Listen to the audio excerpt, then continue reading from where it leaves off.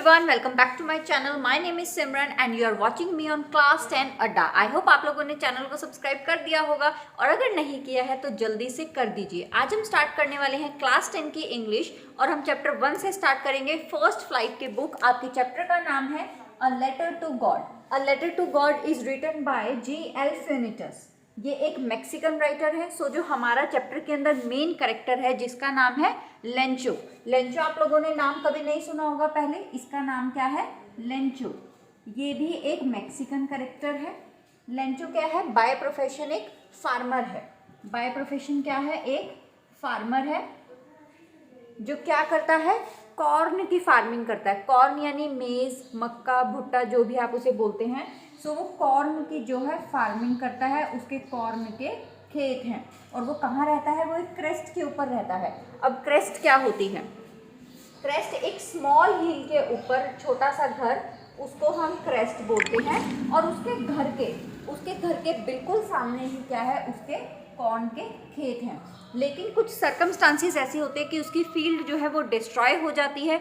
तो वो किस तरह से गॉड की हेल्प लेता है. और इसमें हमें ये भी दिखाया गया है कि लेंचो जो है वो गॉड में बहुत ज़्यादा विश्वास रखता है.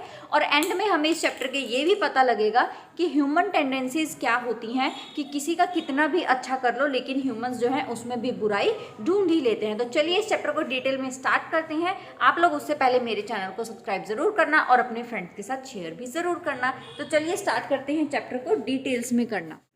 सो चैप्टर की स्टार्टिंग हम लोग करेंगे. ये जो आपका फर्स्ट पैराग्राफ दिया हुआ है ना, ये आप लोग देख सकते हैं. ये द हाउस से लेकर के द नॉर्थ ईस्ट तक की एक्सप्लेनेशन है पूरी. ये अब मैं आप लोगों को एक्सप्लेन करूँगी कि इसके अंदर क्या है. ठीक है. सो ऐसे आप लोगों का जो है चैप्टर पूरा कंप्लीट भी हो जाएगा और हर एक माइनर डिटेल्स आप लोगों को पता लगेंगी. तो इस फर्स्ट पैराग्राफ में क्या है कि हमें लेंचो के हाउस के बारे में बताया है. जैसा कि मैंने आप लोगों को बताया था, only one on entire valley, crest of a low hill. Crest क्या होती है? एक छोटी सी हिल के ऊपर एक अकेला घर था उसका. ठीक है. उसके हाउस के बारे में बताया है. उसके कॉर्न फील्ड के बारे में बताया है. Dotted with flowers. डॉटेड का मतलब क्या होता है? Spread on various places. ठीक है. Spread on various places. तो उसके जो कॉर्न की फील्ड है ना, उसके पूरे के ऊपर फूल आए हुए हैं. मतलब वो हार्वेस्ट होने के लिए, राइप होने के लिए पूरी तैयार है. ठीक है. उसके बाद अर्थ नीडेड. अब लेकिन उसकी फसल को सिर्फ एक ही चीज़ की ज़रूरत थी. वो क्या थी? Downpour and shower. इसका क्या मतलब हुआ कि उसकी फसल को किसकी ज़रूरत थी? रेन यानी बारिश की. सो बारिश के लिए उसने क्या किया? Next morning, through out the morning, Lencho see the sky towards the north east. Lencho जो है वो स्काई की तरफ देखता रहता है अगली मॉर्निंग, किस होप में कि आज बारिश होगी. तो इस फर्स्ट पैराग्राफ में सिर्फ इतना ही था. उसके बाद नेक्स्ट पैराग्राफ में जब वो स्काई की तरफ देख रहा होता है, उसके बाद वो क्या कहता है? एक लेडी यानी एक वुमेन होती है प्रिपेयरिंग सपर. सपर का मतलब क्या होता है? डिनर. ठीक है. तो वो जो है डिनर प्रिपेयर कर रही होती है. अब वो लेडी या तो उनके घर में एक हेल्पिंग हैंड हो सकती है या उसकी वाइफ हो सकती है. ठीक है. तो वो सबके लिए जो है सपर प्रिपेयर कर रही होती है और वो उसको बोलता है, we are really going to get some water. Lencho उस वुमेन को बोलता है जो सपर प्रिपेयर कर रही होती है कि अब हमें कुछ बारिश की होप नज़र आती है. तो वो रिप्लाई करती है, येस गॉड्स विलिंग. भगवान की इच्छा पर डिपेंड करता है. उसके बाद उसके जो बच्चे होते हैं, जो ओल्डर होते हैं, वो तो वर्किंग इन अ फील्ड, वो तो खेत में काम कर रहे होते हैं. लेकिन जो यंगर बॉयज़ होते हैं वो खेल रहे होते हैं. अब इन सब को, लेंचो को, older boys and younger boys, ये वुमेन जो है सफ़र के लिए बुला लेती है. कॉल्स देम फॉर सफ़र यानी डिनर के लिए. वुमेन इन सबको डिनर के लिए बुलाती है. देन लेंचो प्रिडिक्ट करता है आसमान को देखने के बाद, बिग ड्रॉप्स ऑफ रेन यानी कि बारिश होने की पूरी संभावना है. वो ऐसा प्रिडिक्ट करता है. अभी वो लोग खाना खा ही रहे होते हैं कि बारिश आना स्टार्ट हो जाती है. बारिश स्टार्ट हो जाती है. He goes outside. वो बाहर जाता है उस रेन को अपनी बॉडी पर फील करने के लिए, उसकी एन्जॉयमेंट लेने के लिए. एंड देन वो एक्सक्लेम इट विद जॉय. उसके बाद जब वो आता है उसको बहुत खुशी के साथ एक्सप्लेन करता है, अपनी खुशी को दर्शाता है क्योंकि वो बारिश का बहुत टाइम से वेट कर रहा था. और वो क्या कहता है? These aren't raindrops falling from the sky. ये सिर्फ बारिश की बूंदे ही नहीं है जो आसमान से गिर रही हैं. They are new coins. अब उसने यहाँ पर न्यू कॉइन्स क्यों बोला है? इस बारिश की बूंदों को एज अ मेटाफर उसने यूज़ किया है. सो उसने न्यू कॉइन्स इसलिए बोला है क्योंकि अगर बारिश आएगी, उसकी फसल बहुत अच्छे से ग्रो करेगी, अच्छे से हार्वेस्टिंग होगी, उस फसल को बेचकर वो पैसे कमाएगा. तो इसलिए उसने new coins as a metaphor जो है बारिश की बूंदों को यूज़ किया है. और उसने क्या बोला है? The big drops are 10 cent pieces. जो बड़ी बारिश की बूंदें हैं वो तो 10 सेंट पीसेज हैं. And the little ones are 5. और जो छोटी बारिश की बूंदें हैं वो क्या हैं? 5 सेंट पीसेज हैं. यहाँ पर ये जो सेंट पीसेज है ये आप लोगों की करेंसी है. तो यहाँ पर उसने मेटाफर यूज़ किया है, उसने बारिश की बूंदों को बोला है. और ये क्वेश्चन बहुत इंपॉर्टेंट है कि उसने बिग ड्रॉप्स को 10 सेंट पीसेस बोला है और लिटिल वंस को 5 सेंट पीसेस बोला है. और यहाँ पर न्यू कॉइन्स से क्या मतलब है? तो ये क्वेश्चन बहुत इंपॉर्टेंट रहेगा, तो इसको आप अच्छे से करना. और मैं भी आप लोगों को जब चैप्टर ख़त्म हो जाएगा तो उसके बाद इंपॉर्टेंट क्वेश्चंस विद आंसर्स करवाऊंगी, तो चैनल को सब्सक्राइब ज़रूर करना. अब जब वो बारिश की बूंदों को एक्सप्लेन करता है कि बड़ी बूंदें जो हैं 10 सेंट पीसेस हैं और छोटी वाली 5 सेंट पीसेस, तो वो क्या बोलता है? अब उसके बाद विद अ सेटिस्फाइड एक्सप्रेशन. अब बहुत ज़्यादा सेटिस्फाइड है वो बारिश को देखकर, क्योंकि वो क्या सोचता है? ही regarded the field of ripe corn with its flowers draped in a curtain of rain. यहाँ पर ड्रेप्ड का मतलब क्या होता है? कवर्ड. ठीक है. तो अब वो बहुत ज़्यादा सेटिस्फाइड है कि हाँ बारिश आ गई है और उसकी जो है कॉर्न की फील्ड के ऊपर ऑलरेडी फ्लावर्स तो आए हुए थे. अब बारिश आ गई है तो उसकी जो कॉर्न की फील्ड है वो बहुत अच्छी राइप होने वाली है, बहुत अच्छा फ्रूटफुल रिजल्ट उसको मिलने वाला है. लेकिन सडनली क्या होता है? अब suddenly strong wind begin to blow. अब बहुत तेज़ हवाएं आने लगती हैं, वेदर एकदम जो है तूफ़ानी हो जाता है. हेलस्टोन्स. हेलस्टोन्स क्या होते हैं? बर्फ़ के ओले. बर्फ़ के ओले गिरने स्टार्ट हो जाते हैं. Begin to fall. Resemble new silver coins. अभी तक जिसको उसने बड़ी बूंदों और छोटी बूंदों को एक्सप्लेन किया था कि वो क्या है 10 सेंट पीसेज और 5 सेंट पीसेज, अब इन हेलस्टोन्स को उसने बोला है जैसे कि new silver coins. Boys goes out to collect frozen pearls. यहाँ पर फ्रोजन पर्ल्स किसके लिए यूज हुआ है? हेलस्टोन्स के लिए. ये भी क्या हुआ? एक मेटाफर हुआ. ठीक है. बॉयज उन फ्रोजन पर्ल्स को, उन ओलों को इकट्ठा करने के लिए बाहर चले जाते हैं. लेकिन अब लेंचो को जो है टेंशन होनी स्टार्ट हो जाती है कि मौसम इतना ख़राब हो गया है, उसकी फसल के ऊपर अगर ऐसे ओले गिरेंगे तो फसल तो ख़राब हो जाएगी. और होता भी ऐसे ही है.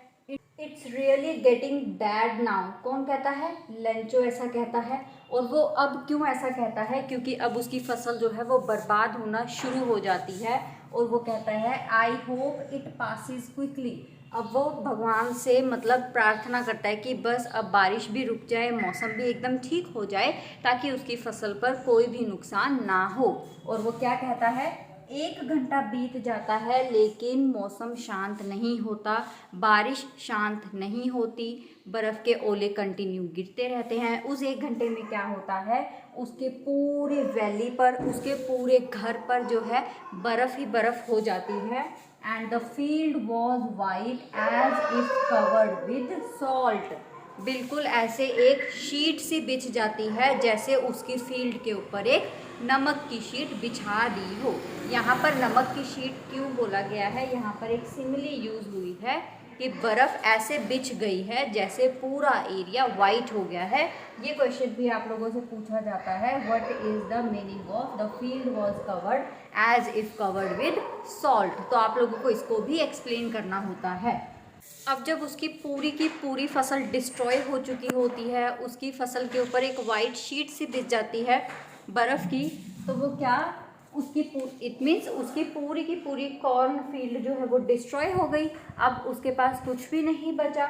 Lencho soul was filled with sadness. अब वो बहुत ज़्यादा उदास हो जाता है. After storm pass he says to his sons. अब जब उसके बाद तूफान रुकता है तो वो अपने सन्स को बोलता है a plague of locust have left more than this. अब यहाँ पर प्लैग ऑफ लोकस्ट का मतलब क्या होता है? एक बर्ड्स का एक झुंड होता है, स्वैम का एक झुंड होता है जो कॉर्न या फिर किसी भी फील्ड के ऊपर जाता है और उनको डिस्ट्रॉय करता है। तो वो बोलता है कि वो भी कुछ छोड़ जाते हैं खेतों में, लेकिन इस स्टॉर्म ने तो कुछ भी नहीं छोड़ा, इसने तो सब कुछ डिस्ट्रॉय कर दिया। हेल हैज़ लेफ्ट नथिंग, इसने कुछ नहीं छोड़ा ओलों ने। This year we will have no corn, इस साल हमारी कोई फसल नहीं होगी, कोई कॉर्न की फील्ड नहीं होगी। No one is there who can help us, कोई नहीं है जो हमारी हेल्प करेगा। We will go hungry this year, इस साल हम भूखे मरने वाले हैं क्योंकि हमारी फील्ड डिस्ट्रॉय हो गई है। अब हम क्या बेचेंगे और हम कैसे पैसे कमाएंगे और हम क्या खाएंगे। तो अब इसके बाद स्टार्ट होती है टाइटल जो है आप लोगों का, अ लेटर टू गॉड, उसकी पूरी स्टोरी कि अब वो जो है हेल्प किससे मांगेगा, गॉड से। तो चलिए अब वो स्टोरी को स्टार्ट करते हैं। उसकी क्रॉप पूरी तरह डिस्ट्रॉय हो गई, अब वो बिल्कुल अकेला पड़ गया, तो उसे भी गॉड की याद आई, उसने भी गॉड से हेल्प मांगी। अब जैसा कि आप लोगों को पता है कि एंटायर वैली के ऊपर उसका अकेला घर था, ठीक है, कोई और घर भी नहीं था जिससे वो मदद मांग सके। ओनली होप क्या बची उसके पास, गॉड। जब हम अकेले होते हैं, व्हेन वी आर अलोन, हमें सिर्फ गॉड की हेल्प नज़र आती है। सो वो यही बोलता है अपने घर वालों को, don't be so upset, remember no one dies of hunger. अभी तक वही कह रहा था कि हम जो है भूखे मर जाएंगे, लेकिन अब वो अपनी फैमिली को भी और खुद को भी आश्वासन देता है कि no one dies of hunger, God है, सबकी हेल्प करेंगे। That's what they say, no one dies of hunger, बस यही बोलते बोलते वो लोग जो है सो जाते हैं। नेक्स्ट मॉर्निंग जो है वो फिर उसके बाद लेटर लिखता है गॉड को। एक आप लोगों को एक लाइन आई है उसमें, Lencho was an ox of a man. अब इसका क्या मतलब है, ox of a man, ox क्या होता है, बैल, जो खेतों में काम करता है, बहुत मेहनत करता है। वैसे ही लेंचो भी बहुत मेहनत करता है, खेतों में काम करता है। तो क्या हुआ, अगर एक किसान है तो उसे भी लिखना आता है, तो इसीलिए उसने भी next morning write letter to God says. अब वो गॉड को लेटर लिखता है and he says, if you don't help me and my family, me and my family dies of hunger। सो जब हमारे पास कोई भी हेल्प के लिए नहीं बचता है तो हम गॉड को ही लेटर लिखते हैं, ऐसा ही उसने भी किया। और लेंचो ने जो है गॉड को लेटर लिखा और उसने मेल बॉक्स में उस लेटर को स्टैंप लगाकर डाल दिया। अब उसके बाद जब उसने मेल बॉक्स में उस लेटर को डाला तो वो लेटर जो है पोस्टमैन के पास गई। पोस्टमैन ने जब उसके ऊपर एड्रेस देखा कि ये तो गॉड के लिए एड्रेस है, उसने तो ऐसा एड्रेस कभी नहीं देखा, तो वो लेटर लेकर जाता है पोस्ट मास्टर के पास। अब पोस्ट मास्टर क्या होता है, पहले तो वो पोस्टमैन ही उसको देखकर बहुत ज़्यादा हंसता है कि ये गॉड के लिए लेटर किसने लिखा है, मतलब कौन है। और वो जो पोस्ट मास्टर होता है बहुत ही एक फैट सा एमिएबल सा मैन होता है, ठीक है। और पहले तो वो भी बहुत ज़्यादा हंसता है उस लेटर को देखकर, लेकिन एक पॉइंट के बाद वो थोड़ा सा शांत हो जाता है और फिर वो सोचता है कि कोई कैसे इतना भगवान के ऊपर विश्वास रख सकता है, काश मैं भी भगवान के ऊपर इतना ही विश्वास रखता। तो उसका विश्वास ना टूटे, लेंचो का विश्वास ना टूटे, किसी का विश्वास भगवान के ऊपर ना टूटे, तो वो पोस्ट मास्टर सोचता है कि मैं इसकी हेल्प करूँगा। अभी उसको नहीं पता था कि लेंचो ने उस लेटर में क्या मांगा है, क्या लिखा है।